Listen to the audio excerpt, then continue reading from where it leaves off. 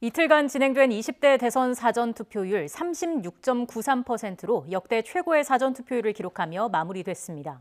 하지만 코로나 확진자와 격리자들의 사전투표가 곳곳에서 파행을 겪으면서 혼란이 이어졌는데요. 선관위의 허술한 관리에 대한 질타가 이어지는 가운데 선거 이후 선거 불복의 빌미가 될 수도 있다는 관측도 나오고 있습니다. 사전투표 소식과 함께 사흘 앞으로 다가온 20대 대선 막바지 상황 두 분과 함께 짚어보겠습니다. 조기현 더불어민주당 공명선거법률지원단 부단장, 이두화 국민의힘 선대본부 대변인 나오셨습니다. 어서 오십시오. 예, 안녕하세요.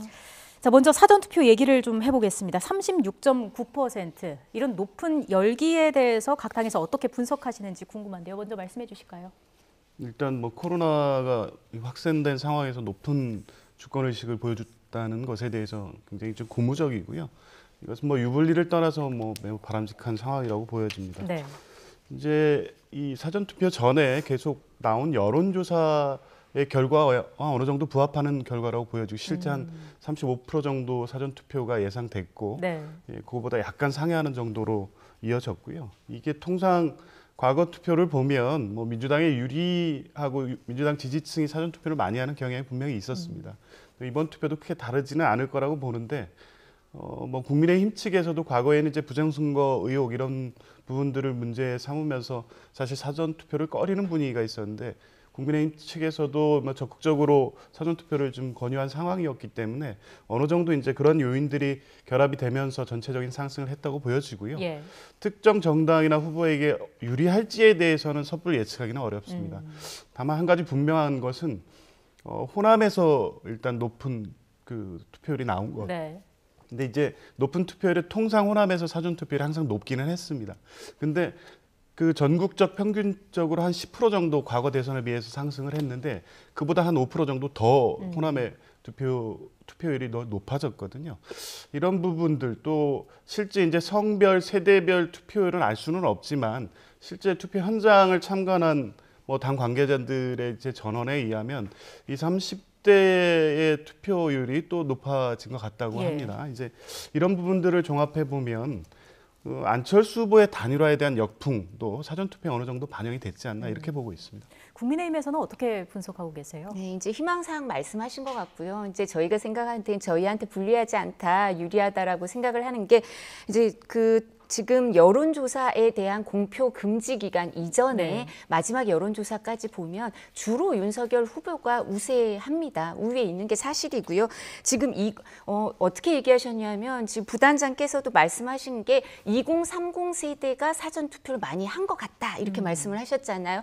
근데 저희는 좀 다양한 연령층에서 사전투표를 많이 하신 것 같다라고 파악을 하는데 예. 민주당 말이 사실이라 하더라도 지금 여론조사 공표 금지 기간 전에 여론조사를 보면 2030 세대에서 윤석열 후보에 대한 지지율 이런 부분이 전혀 불리하지 않거든요. 네. 그러니까 사전 투표율이 높은 것 자체가 뭐 우리를 지지하는 사람들이 투표를 많이 하지 않았을까 이런 생각을 하고요. 좀 전에 이제 조 단장께서 말씀하신 것 중에 저희도 동의하는 게 뭐 민주당뿐만 아니라 국민의힘도 지지자분들에게 사전 투표 독려 운동을 많이 했습니다. 네. 그래서 사전 투표를 많이 하십사라고 부탁을 드렸고요. 근데 저희가 예상했던 것보다는 사전 투표율이 높은 게 사실인 것 같아요. 저희는 좀 올라가더라도 한 30%에서 35%가 넘기는 쉽지 않다라고 생각했는데 37%에 거의 육박한 것 같습니다. 네. 그래서 이런 부분은 바람직하다고 생각하는 게 저희 이제 뭐 아테네 민주주의까지 가보면 다들 하는 말이 뭐 페리클레스 이런 사람도 그 정치에 무관심한 사람은 그냥 무해무익한 게 아니라 이제 공동체에 해를 끼친다 이런 얘기를 할 정도로 참정권을 행사하는 게 이제 바람직하고 건강한 민주주의를 도입할 수 있는 거죠. 그래서 투표율 자체가 높아지는 건 뭐 국민의힘이나 민주당이나 다 바람직하다고 생각하실 것 같아요. 예. 사전투표 제도가 정착돼서 저희가 생각하기엔 사전투표 투표율이 더 높았다. 그리고 지금 확진자 숫자가 많으니까 이제 우려되는 바가 있으니까 빨리 투표를 하자 이런 마음이 있으셨던 것 같은데 본 투표에서도 다들 투표를 꼭 하셨으면 하는 마음이 있고요. 네. 이제 호남은 단장님께서 말씀하신 것처럼 언제나 사전 투표율이 좀 높았던데 이제 그거보다 더 높았던 건 사실인 것 같고요. 그래서 이제 유리하다고 생각하실 수도 있지만 이제 호남의 젊은 유권자들은 지역 밀착형 공약 때문에 우리 국민의힘에게도 우호적이지 않을까 생각을 해보고요.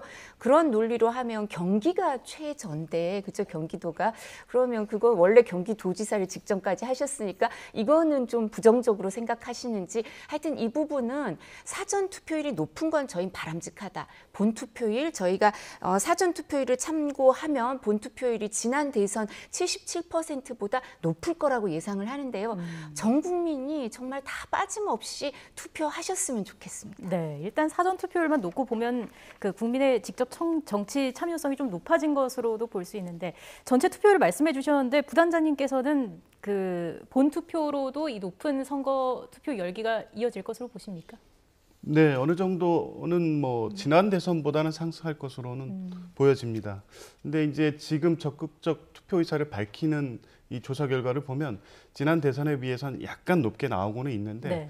어쨌든 지난 대선과 다른 것은 양당 후보, 양강 구도가 막판에 이제 정리되면서 결집이 이루어지고 있고 그 정도가 굉장히 강하기 때문에 네. 아마 이제 예상하는 투표를 하겠다는 층들의 투표 행위가 실질적으로 이어질 가능성이 있어서 지난번보다는 약간 높아질 것 같은데 이제 그렇다고 해서 80%뭐 중반대까지 그렇게 획기적으로 올라갈 것 같지는 않고요. 네. 약간 이제 뭐 이제 이런 예측이 이제 지난 그 이전 대선하고 비교해 보면 바로 지난 직전 대선에서는 20, 30대 이제 투표율이 높았는데 이번 대선에서 20, 30대의 하겠다는 의사 표시가 약간 또 그보다는 낮게 나오고 있거든요. 이제 그런 것은 또 18대 대선하고 약간 비슷한 게 있습니다. 근데 이제 지난 대선하고 또 이제 비교해 보면 당일 날씨나 여러 가지 상황이 약간 이제 또 작용할 여지도 네. 있어서 상승은 할 것으로 보여지고 이제 그게 바람직하다고 보여지기 때문에 많은 분들이 이제 나가서 투표를 하셔서 아마 이제 26년 전 대선인가요? 그때 이후에 이제 80%대 대선 투표율이 나온 적이 없었는데 아마 이번 대선에서는 국민들께서 높은 그 참여 의식을 보여줘서 원하시는 분이 이 대한민국의 대통령이 될 수 있는 선택을 적극적으로 해주셨으면 좋겠습니다. 네. 또 높은 투표율이 어느 후보에게 유리할지는 또 뚜껑을 열어봐야 알 수 있는 부분이고요. 이 얘기도 좀 해봐야겠습니다. 어제 진행된 코로나 확진자들의 투표에 있어서 좀 혼란이 빚어졌습니다. 일단 가장 문제가 되는 부분은 뭐였다고 보십니까? 일단 국민들의 헌법적 권리인 참정권이 이게 훼손된 게 아닌가라는 강한 의심이 들고 실제 그런 부분에 대한 항의가 현장에서 이제 투표하신 분들한테 많이 이어졌죠. 네. 있을 수 없는 일이고요. 이건 여야를 떠나서 세계에서 가장 안정적인 선거 관리를 한다는 중앙선관위 아니었습니까? 예. 이런 결과를 예측하지 못한 것도 아니었고 이런 문제가 발생할 수 있다는 우려도 계속 제기됐고 그래서 만반의 이제 준비를 해야 된다는 요구도 계속 있었습니다. 네. 근데 선관위가 다소 안일했던 것 같습니다. 이제 지난 보궐선거하고 총선에서 같은 방식으로 했기 때문에 문제가 없을 것이고 관리가 될 것이라고 생각했나 본데 결과로 보면 대단히 안이했다. 예. 이게 실제 지금 확진자 숫자라든가 국민들께서 걱정하시는 부분이 과거 보궐선거랑 비교할 수 없을 정도였거든요. 실제 투표를 하시게 된 분들의 절대적 숫자도 굉장히 많아졌고요. 네. 그러면 그거에 맞는 준비를 했어야 되는데 실제 현장에서 이루어진 걸 보면 전혀 준비가 안 돼 있었다는 건 분명해 보이고요. 어쨌든 선관위는 이게 부정의 어떤 개입 요소는 없다고 밝히고는 있지만 그런 의심을 안 할 수 없는 상황이 됐다고 보여지는 부분도 있기 때문에 명명백백이 지금 오늘 뭐 조금 전에 입장을 밝혔지만 다소 실수가 있었던 부분에서는 분명히 사과를 하고 부정의 소지가 없다는 부분에 대해서도 구체적이고 객관적으로 잘 설명을 해야 될 것이고요. 제일 중요한 거는 이제 3일 후에 있을 본투표에서 똑같은 상황이 발생되지 않도록 만반의 준비를 해야 될 것이고 민주당에서도 이제 선관위를 찾아가서 어제 발생한 사건에 대해서 분명하게 이제 문제를 지적하고 본투표에서 어떻게 관리할지에 대해서 좀 준비할 것에 대해서 강력하게 요구할 예정입니다. 예, 이번 논란 관련해서 한 가지 좀 추가 설명을 드리자면 저희가 준비한 그래픽 함께 띄워주시죠. 확진자 사전투표 파행의 이유는 공직선거법 규정을 지키기 위한 것으로 알려졌는데 지금 그래픽 보시면 한 투표구에 그 2개의 투표함을 사용할 수 없다라는 규정입니다. 근데 그렇다 하더라도 논란이 될 수밖에 없는 사안 아니겠습니까? 아마 동시에 2개의 투표함을 사용할 수 없다. 저 규정을 엄격하게 지키기 위해서 공직선거법에 따라서 한 거니까 선관위는 별로 책임이 없다. 이런 취지인 것 같은데요. 하나만 알고 둘은 모르는 겁니다. 지금 대한변협에서 오늘 성명서가 나왔습니다. 네. 대한변협에서 뭐라고 하냐면 직접 투표, 비밀 투표라는 민주주의 선거 근본 원칙을 무시했다. 참정권을 크게 훼손해서 전 국민적인 불신을 불러일으켰고 헌법에 반한다. 선관위와 행정당국의 부실한 엉성한 선거 관리로 본 투표를 하기 전에 국민들의 신뢰를 잃고 정부 위신이 손상되었다. 이런 얘기까지 나옵니다. 제가 말씀드리자면 좀 전에 이제 공직선거법 151조인가 규정을 말씀해 주셨는데요. 공직선거법 158조에는 네. 투표자가 투표함에 자신이 투표한 걸 넣게 돼 있습니다. 이 규정은 왜 안 지킵니까? 151조면 금과 옥조고 158조는 안 지켜도 됩니까? 그리고 제가 아까 말씀드렸지만 직접 투표, 비밀 투표는 헌법 정신이고 헌법 명문에 있습니다. 그걸 어긴 거 아닙니까? 그러니까요. 이런 선관위 그리고 행안위에서 지금 누가 있습니까? 행안위원장도 서영교 의원인가요? 민주당 출신 위원장이시거든요. 행안부 장관 누구세요? 전해철 장관 더군다나 민주당 당적을 갖고 있는 행안부 장관입니다. 그래서 저희가 누누이 중립 내각해라. 법무부 장관, 행안부 장관이 선거 주무부처 장관인데 이런 사람들이 하고 있으면 부실 관리도 부정으로 의심받을 수 있다. 그러니까 그냥 중립적인 사람 해라 했는데 그냥 계속 놔두시더니 지금 선거 관리 저희는 부실이라고 생각합니다. 부정이라고 생각하지 않는데요. 이 부실 관리에 대해서 어떻게 생각하겠습니까? 국민들의 신뢰를 잃지 않았습니까? 그래서 항의를 하니까 이제 민주당에서도 항의를 했죠. 전 국무총리였던 이낙연 이제 선대위원장이 뭐라고 했냐면 2022년 대한민국의 투표 현장에서 어떻게 이런 일이 있을 수 있나라고 얘기하셨는데요. 여당이 책임져야 하고요. 그 정부가 책임져야 할 일이죠. 지금 선관위에는 야당목 선관위원 한 명도 없습니다. 여당에서 추천한 사람들하고 대통령 지명한 분들 다 있으신데 왜 이렇게 엉망이 됩니까? 이거 예상 못했으면 지금 정권 심판의 이후에 선거 관리 부실까지도 들어갑니다. 이거 명백히 왜 이렇게 부실 관리가 있었는지, 왜 이렇게 선관위가 무능하고 정부가 무능했는지, 그래서 국민들의 소중한 참정권이 왜 훼손됐는지 진실을 밝히고 이 책임을 지우게 하려면 본투표에 꼭 가셔서 꼭 투표를 하셔야 됩니다. 이렇게 무능하고 부실한 건 정부와 선관위인데 왜 국민들이 참정권을 포기하시면 안 되고요. 꼭 투표하셔서 정권 심판해야 합니다. 알겠습니다. 한 가지 추가로 예. 글쎄요, 뭐 어쨌든 뭐 선관위가 지금 관리를 부실하게 했다는 부분에선 변명의 여지가 없고 뭐 필요하면 책임도 물어야 된다고 봅니다. 근데 이게 이제 지금 말씀하시는 것처럼 정부의 무능까지 나가는 건 너무 나간 것이다. 왜냐하면 이제 선관위는 독립된 헌법 기구고 이 과정의 선거 관리와 관련돼서 여당에서도 계속적으로 문제 제기를 하고 지적을 했던 것으로 알고 있고요. 이런 문제가 생길 것이라는 부분도 분명히 지적을 했는데 선관위가 이제 지난 선거의 사례를 중심으로 관리에 문제가 없다는 입장을 밝혔기 때문에 그래서 민주당에서도 이 정도 준비를 가지고 이런 문제가 발생하지 않을 것이라고 예측했다는 것에 대해서 강력하게 비판을 하는 것이고요. 물론 이제 이 부분은 선관위가 이제 이후에 지금 어제 이제 대응하는 모습에서도 뭐 대단히 무책임하게 보였는데 뭐 당장 중요한 거는 말씀드렸듯이 3.15의 본선거에서 문제없이 관리를 하는 문제. 네. 그리고 이후에도 다시 뭐 이런 사례가 뭐 이런 코로나 팬데믹 같은 상황에서 선거가 치러지는 사례가 또 있을까 싶기는 합니다만 어찌됐든 어떠한 상황에서도 선거 관리에 문제가 생겼다는 것은 이건 뭐 이 제도 전체에 대한 신뢰 문제가 있기 때문에 마땅한 책임을 물어야 된다고 봅니다. 아니 알겠습니다. 선관위가 헌법상 독립기구지만 대통령 직속이죠. 그래서 대통령께서 그 상임위원들 임명하고 비상임위원이나 다수의 여당에서 임명한 사람들이 선관위 위원으로 들어가 있고요. 그리고 노정희 중앙선관위원장도 뭐 이 정부에서 그리고 다 이렇게 임명한 사람 아니겠습니까? 그리고 또 무엇보다도 왜 제가 행안부 장관 말씀을 드렸냐 하면 변호사님께서 조금 이해 이해를 잘못하신 것 같은데요. 이 5시부터 6시까지 실제 이제 투표를 할 때는 선관위 직원들만 있는 게 아니라요. 선관위 직원들로는 다 투표 관리가 안 돼서 지방 공무원들이 위임을 받아서 같이 활동을 하게 됩니다. 그러면 그 부분은 행안부에서 원활하게 이루어지고 참관인들 교육이 잘 이루어지고 여기에 대해서 지방 공무원들이 선거 관리 업무에 익숙하게 해줘야 되거든요. 네. 그거 관리 부실한 거 맞으니까 말씀드리는 거니까요. 정부의 무능 맞습니다. 네, 저희가 다음 주제를 넘어가야 하기 때문에 부단장님 입장까지 간략하게만 듣고 넘어가겠습니다. 네, 어쨌든 여당으로서의 무한 책임이라는 측면에서 보면은 지금 말씀하신 분을 전혀 부인할 수는 없지만 이것을 이제 정치적 공방 문제로 가져갈 것은 아니라고 예. 보고요. 향후 본선거에서 관리 문제에 좀 더 여야가 한 목소리 선관위의 철저한 관리를 촉구했으면 좋겠습니다. 알겠습니다. 자, 지금부터는 후보들의 움직임을 좀 살펴보겠습니다. 두 후보의 주말 동선이 수도권으로 몰려 있는데요. 이재명 후보가 나흘째 수도권 공략에 집중하고 있습니다. 어제는 정치적 고향인 성남시를 찾았는데요. 화면 함께 보고 돌아오겠습니다. 써봤더니 진짜 괜찮네. 대한민국에서 한번 써보자. 이렇게 된 거 아니겠습니까?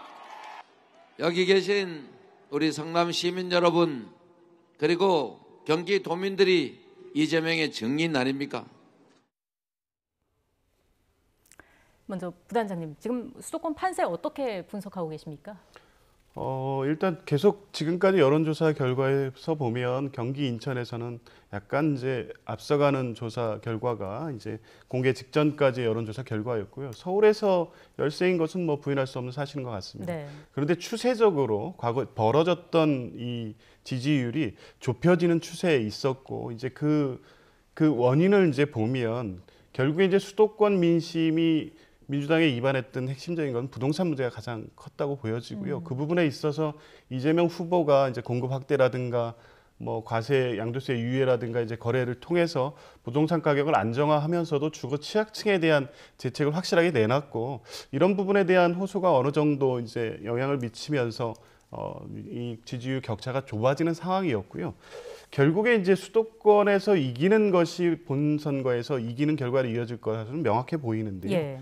결국에 수도권에서의 가장 핵심적인 막판 부동층의 어떤 선택 기준은 인물론이 될 것이다라고 보여지고 이제 그런 부분에 있어서 이재명 후보께서 주로 이제 선거 막판 오늘까지도 수도권을 돌면서 유능한 경제 대통령 지금 위기 상황을 극복할 후보로서의 본인의 진면목을 좀 보여주고 계시고요. 이런 부분들이 지금 그 여론조사 결과 공개 그 직전 상황까지 이어졌던 추세를 계속 좀 이어지게 해서 막판 서울에서도 역전이 이루어지면서 결과적으로 기대하는 바가 이루어지지 않을까라고 기대해 보고 있습니다. 네, 이번에 윤석열 후보 모습 좀 보겠습니다. 윤 후보는 안철수 대표와 단일화 이후에 어제 첫 합동 유세를 펼쳤는데요. 역시나 화면 보고 오겠습니다.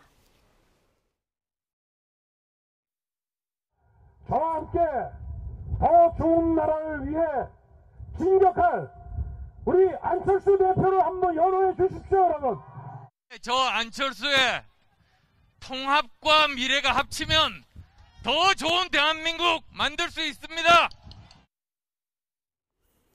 네, 일단 두 후보가 극적인 단일화를 이뤄내기는 했는데 여론조사 그 이후의 결과를 알 수 없는 상황이잖아요. 어떻게 분석하십니까?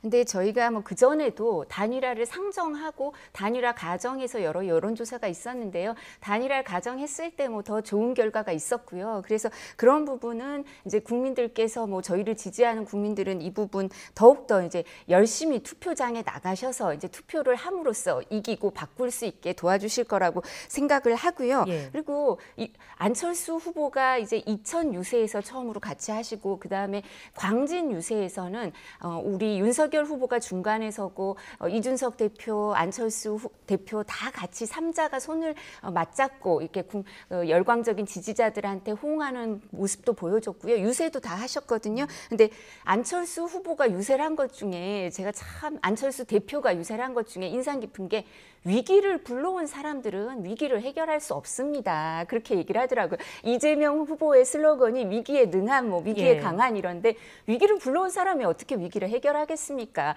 지금 정부의 부동산 정책 사령탑에 있던 사람들 중에 일부는 노무현 대통령 때 사실 노무현 정부의 뭐 장점도 많았지만 단점 중에 이제 과중에 하나는 부동산 정책 아니었겠습니까? 그때 있었던 부동산 정책 담당자들이 또 문재인 정부에서 담당했었어요. 근데 뭐 정권 교체가 안 되면 그분들이 또 등장할 가능성이 또 있겠죠. 그런데 어떻게 그 부동산 정책에 대해서 변화가 있을 수 있겠습니까? 수도권 주민들도요, 그 부분을 명확하게 수도권 주민들뿐만 아니라 뭐 집값이 올라서 가장 피해를 본 분들이 아마 수도권 주민들인데 그분들뿐만 아니라 다른 분들도 부동산 정책, 경제 정책에 대해서 위기를 불러온 사람들은 위기를 해결할 수 없다 이렇게 믿으실 거고요. 그리고 저희는 정권 교체 지지율이 정권 연장 지지율보다 높은 건 항상 다 인정하시는 것 같아요. 예. 그 오롯이 우리가 받아낼 수 있으리라고 생각하고요. 저희가 뭐 지지율을 저희 입으로 뭐 명확하게 말씀드릴 수는 없지만 우상호 총괄선대 본부장이시죠, 그죠? 그분이 서울에서 4~5% 뒤지는 거다 뭐 이런 얘기 하시더라고요. 뭐 저희가 한 말이 아닙니다. 우상호 총괄선대 본부장인데 당 대표 그다음에 후보 그다음에는 뭐 총괄선대 본부장이 가장 많은 정보가 모이는 분들이거든요. 그렇게 얘기를 하시는 거 보니까 뭐 저희가 우세한 게 아닌가 싶습니다. 예, 일단 단일화의 효과는 분명히 있을 것이다 이렇게 말씀을 해주셨고요. 근데 안철수 대표가 이제 며칠 전까지만 해도 완주 의사를 밝혔는데 갑자기 이렇게 마음을 바꾼 것에 대해서 민주당의 생각은 또 다르실 것 같아요.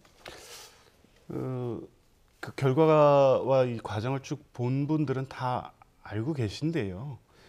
현실적인 압박은 분명히 받고 있었죠. 선거 비용, 막대한 선거 비용의 문제도 있었고요. 네. 정치적으로 이준석 대표로부터 계속적인 모욕적 그 발언을 받고 있었습니다. 백기투항식 사퇴를 요구받고 있는 상황이었고요.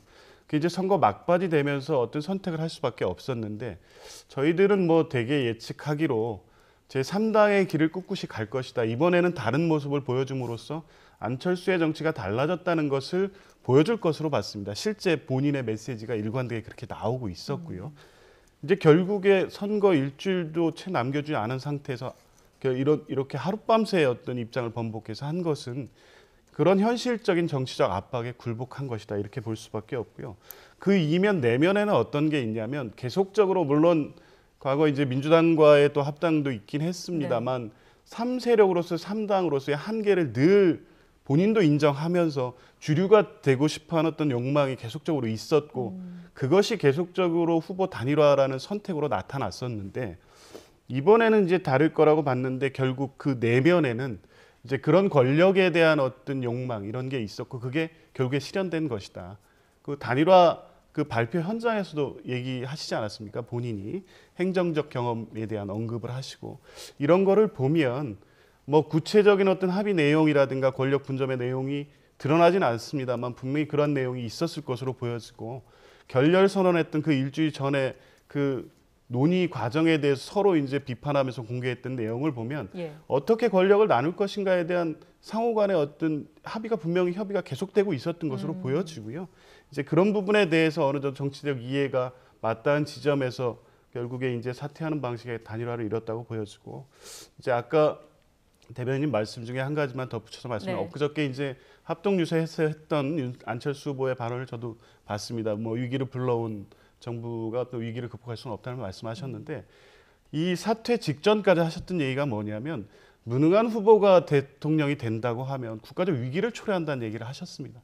불과 일주일 만에 위기를 극복할 수 있는 사람이 누구인지에 대해 이렇게 어떻게 표현할 수 있는지 이 부분들을 국민들이 납득할 수 있을지에 대해 의문입니다. 네, 앞서 이 내용 좀 이야기를 해야 될 것 같아요. 이면 합의나 권력 나누어 먹기 이야기를 하셨는데 여기에 대해서 어떤 말씀해 주실까요? 첫 번째 안철수 대표가 윤석열 후보를 만나서 허심탄회하게 얘기를 해보고 의기투합하기 전에 했던 얘기는요.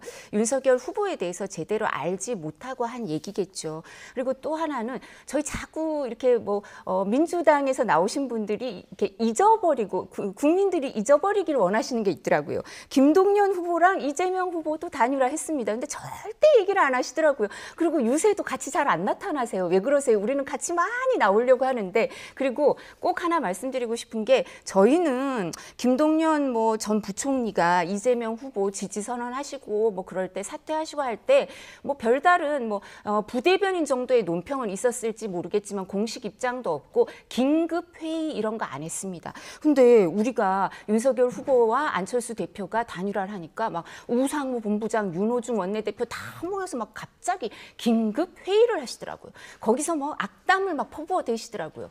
거기 국민들이 그걸 보면 아시죠? 누가 더 이제 파괴력이 있는 단일화인가. 그리고 그 부분을 아실 거고요. 그리고 무엇보다도 이 단일화는 국민들의 열망, 정권 교체를 지지하는 국민들의 열망을 담아낸 거기 때문에요. 순풍이 불면 순풍이 불지 역풍이 불 수는 없습니다. 국민들이 원하시는 걸 저희가 해낸 거거든요. 그리고 무엇보다도 이 부분에 대해서 저는 맨날 이제 뭐 이면 합의, 담화 뭐 이런 얘기를 하시던데 안철수 후보가 박원순 시장도 밀어줘 봤고 문재인 대통령도 밀어봐 줬잖아요. 뭐 그때는 이면 합의하셨어요?